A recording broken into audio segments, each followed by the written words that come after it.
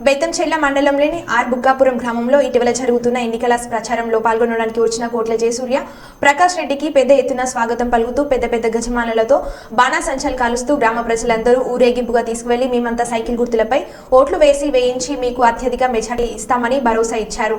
ఈ కార్యక్రమంలో జిల్లా తెలుగుదేశం పార్టీ నాయకులు, మండల తెలుగుదేశం పార్టీ నాయకులు, గ్రామ నాయకులు, సర్పంచ్ తలారి నాగరాజు గారు, జి లక్ష్మణ గారు, ఎంఆర్పీఎస్ నాయకులు రాజయ్య గారు తదితరులు పాల్గొని ఈ కార్యక్రమంలో జయప్రదం కావించారు।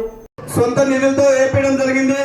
అదే విధంగా రైల్వే బ్రిడ్జి కాడ ప్రాబ్లం ఉంటే ఆ సమస్యను కూడా పరిష్కరించడం జరిగింది। మీరందరూ కూడా కొత్తపల్లె గతంలో బిజ్జం పార్థసారథి రెడ్డి గారు ఎమ్మెల్యేగా పోటీ చేసినప్పుడు కొత్తపల్లె అంటే కరుడు కట్టిన తెలుగుదేశం పార్టీ, కొత్తపల్లె అంటే కరుడు కట్టినటువంటి తెలుగుదేశం పార్టీ కార్యకర్తలు కొత్తపల్లెలో ఉన్నారని ఈ బేతంచెర్ల మండలంలో చెప్పుకునేవారు। మళ్ళీ అదే సమయం ఇక్కడ వచ్చింది। పెద్ద ఇక్కడ పోటీ చేస్తా ఉన్నాడు। నీతితో నిజాయితీతో ప్రజల దగ్గర సేవకై పేదల సమస్యల పరిష్కారానికి ఒక్క పైసా ఆశించకుండా ఈ జిల్లాలో నీతిగా నిజాయితీగా పనిచేసేటువంటి పెద్ద కుటుంబం కోట్ల సూర్యప్రకాష్ రెడ్డి గారు వచ్చారు। మనము ఆలోచించాలి। 2024 జూన్ 4వ తేదీన సూర్యప్రకాష్ రెడ్డి గారు డోన్ నియోజకవర్గం నుంచి ఎమ్మెల్యేగా గెలుస్తా ఉన్నాడు। అందులో కొత్తపల్లె ప్రముఖ పాత్ర వహించాలి। మీరందరూ కూడా సూర్యప్రకాష్ రెడ్డి పెద్దాయనని ఖచ్చితంగా భారీ మెజార్టీతో గెలిపిస్తే ఇక్కడ ఉన్నటువంటి రైతు సమస్యలు, రైతులు పడుతున్నటువంటి బాధలు అన్ని గమనించి సమస్యల పరిష్కారం అయితే ఆశిస్తూ ఇప్పుడు మన పెద్ద రైతు బాంధవుడు కేంద్ర మాజీ మంత్రి వర్యులు కోట్ల సూర్యప్రకాష్ రెడ్డి గారిని కొత్తపల్లె ప్రజల్ని ప్రసంగించవలసిందిగా కోరుతా ఉన్నాం।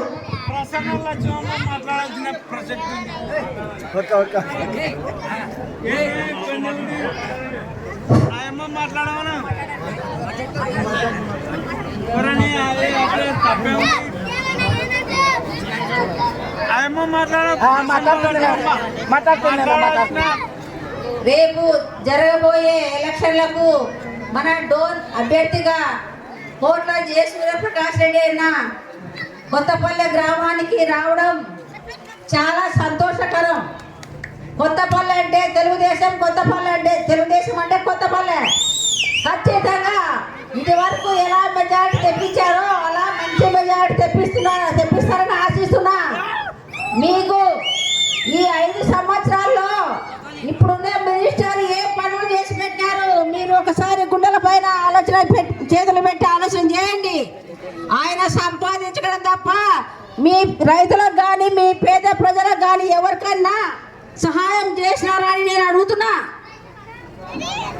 డీ పట్టాలన్నీ లాక్ చేసి పెట్టారు రెడ్ మార్క్ వేసి, కానీ అంటే పేదల్లో మంచి రైతులే బతకొద్దు, ఆయన ఒకటి మాత్రం లక్షల కోట్లను సంపాదించుకొని ఈ రోజు మాట్లాడుతున్నాడు। నేను ప్రజలకు సేవ చేసినాను, ఏం చేసినావు? రోడ్లు తప్ప, రోడ్లకు కమిషన్లు తప్ప నువ్వు ఏం చేసినావు అని అడుగుతున్నా।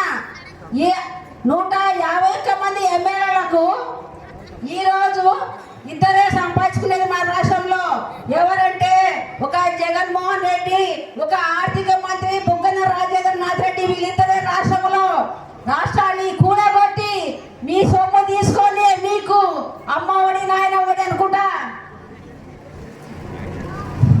మీ పల్లెటూర్లకు ఏం సాయం చేసినాడు? ఒక్కసారి ఊళ్ళోకి వచ్చినప్పుడు అడగొచ్చు కదా మీరు, కానీ అడిగే ధైర్యం లేదు ఎవరికి।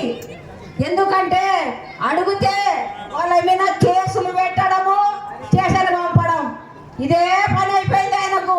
మళ్ళీ స్టేషన్లో ఇంకొక నాయకుడు అడుగు, ఇంకొక నాయకుడు అడుగు, పోలీస్ స్టేషన్లో వాళ్ళు చెప్తారు ఎందుకంటే కండువ వేసుకో నీకు మీద కేసు లేకుండా చేస్తాం, ఇదే పని జరిపోయింది ఆయనకు। ఈ రోజు చూస్తున్నారు కోట్ల సూర్యప్రకాష్ రెడ్డి వచ్చినాడంటే మన నియోజకవర్గానికి ఎంతమంది వలసలు వస్తున్నారు, ఎంతమంది పార్టీలో చేరుతున్నారు ఒక్కసారి మీరు ఆలోచన చేయండి। మన మండలం 3 మండలాల కంటే మన మండలము సంపూర్ణ మెజారిటీ తెస్తారని ఆశిస్తున్నా నేను। ఖచ్చితంగా ఒక్కసారి మీరు ఆలోచన చేయండి। ఈ కోట్ల కుటుంబం అంటే మచ్చలేని కుటుంబం। కోట్ల భాస్కర్ రెడ్డి కాడ నుంచి ఇంతవరకు సంపాదించింటే నువ్వు రాజేంద్రనాథ్ రెడ్డి నువ్వు ఏమిటికి పొట్టు చాలవు, కానీ అలాంటి ఆలోచనలు లేవు వాళ్ళకు. ఎంతసేపు ఉన్న రైతులు పేదలు అని ఆలోచన తప్ప వేరే ఆలోచన లేదు.